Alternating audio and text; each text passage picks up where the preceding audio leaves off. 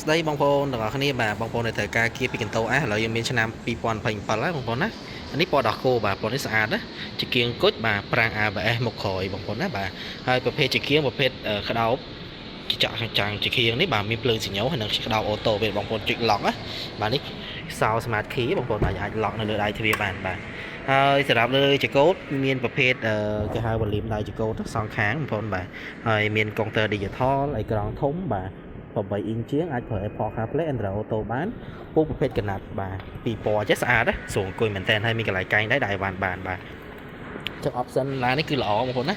មានកាមេរ៉ាក្រោយ sensor គឺមានទាំងអស់បងប្អូនបាទកញ្ចក់ក្តៅអូតូបាទនេះផ្នែកខាងក្រោយអង្គុយបានគ្នា3នាក់បងប្អូនណាចឹងឡាននេះអត់ទួយពេកទេបងប្អូនឃើញផ្នែកខាងក្រោយវាធំហ៎បាទអង្គុយបានគ្នា3នាក់ហើយមានកន្លែងកក្រោយគឺ3តែម្ដងបងប្អូនបាទកន្លែងកញ្ចក់គឺចុចប្រភេទអូតូបងប្អូនណាបាទហើយប្រភេទផ្នែកខាងក្រោយបងប្អូនឃើញណាជាគៀងប្រភេទភ្លឺជាប់ចឹងហើយនេះមានដាក់ logo គេពីកន្ទោហើយផ្នែកខាងក្រោយនេះមានកន្លែងដាក់អីវ៉ាន់ធំបងប្អូនណាមានដាក់អីវ៉ាន់បាន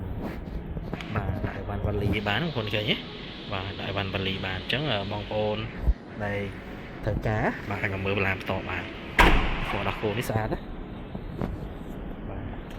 ថតពីជាងជូនបងប្អូនអ្នកគ្នាចាំបងប្អូនដែលត្រូវការប្រភេទពណ៌ដោះគោនេះអាចតាក់ទងមកមើលឡានផ្ទាល់បានណាសិក្សាបងប្អូនឲ្យបាន25ខែក្រុងបងប្អូនណាចង់រំលោះសុទ្ធក៏បានដែរចង់ព័ត៌មានបន្ថែមតាក់ទងតាមលេខទូរស័ព្ទបានបងប្អូន